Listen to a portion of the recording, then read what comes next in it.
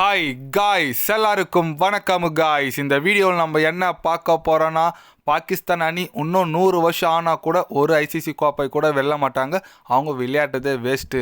கண்டிப்பாக இந்திய அணிக்கு என்னோடய வாழ்த்துக்கள் சொல்லிக்கிறேன். பாகிஸ்தான் அணி தோல்விக்கு இதுதான் காரணம் அப்படின்னு சொல்லிட்டு, பாகிஸ்தான் அணி இந்தியா எதிராக தோல்வி குறித்து முன்னாள் பாகிஸ்தான் நட்சத்திர வீரர் வசீம் அக்ரம் பார்த்தீங்கன்னா சில பல கருத்துக்கள் கூறியிருக்காரு. பாகிஸ்தான் அணியை கழுவி ஊற்றியிருக்காருன்னு சொல்லலாம்.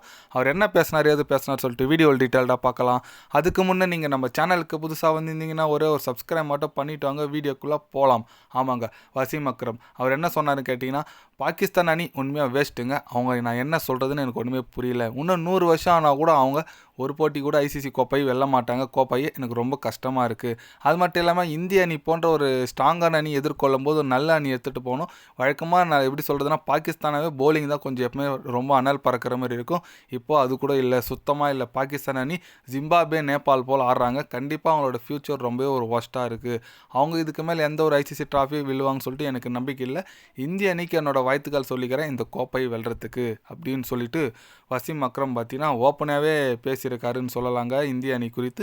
எஸ், அவர் சொல்கிறது கரெக்டுங்க. ஏன்னு கேட்டிங்கன்னா, ஒரு பாகிஸ்தான் முன்னெல்லாம் எடுக்கும்போது போலிங் ரொம்ப அற்புதமாக இருக்குங்க. போலிங்னாவே பாகிஸ்தானாவே எல்லாம் பயப்படுவாங்க. வசீம் அக்ரம், அக்தாருன்னா போலிங் லைனை பார்ப்பிச்சிங்க. ஆனால் இப்போ பார்த்தீங்கன்னா ரொம்ப ஒரு மோசமான ஒரு போலிங் அட்டாக் போயிருக்கு. ஒரு ஐசிசி கோப்பை கூட வெல்றதுக்கு ஒரு தகுதி இல்லாத டீமாக இருக்காங்க. ஏன்னா லாஸ்ட் டைம் பார்த்தீங்கன்னா இந்தியாவில் நடக்கும்போது 50 ஓவர் வேர்ல்டு கப் கூட குரூப் ஸ்டேஜ் கூட செலக்ட் ஆகல, நாக் அவுட் சில வெளியே போயிட்டாங்க.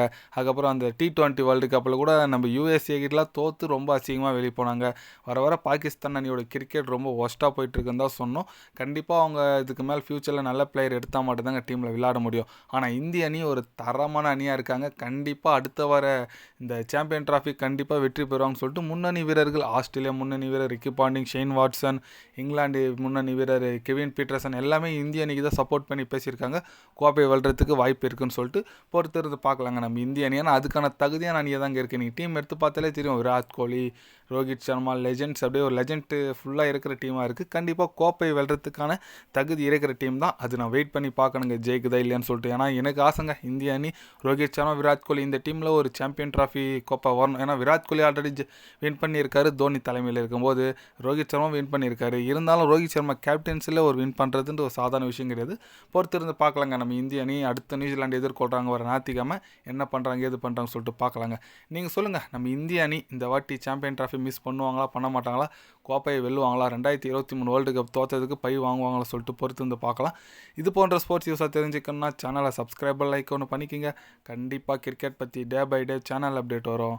மறக்காமல் சப்ஸ்கிரைப் மட்டும் கொஞ்சம் பண்ணி வச்சுக்கோங்க. நன்றி, வணக்கம்.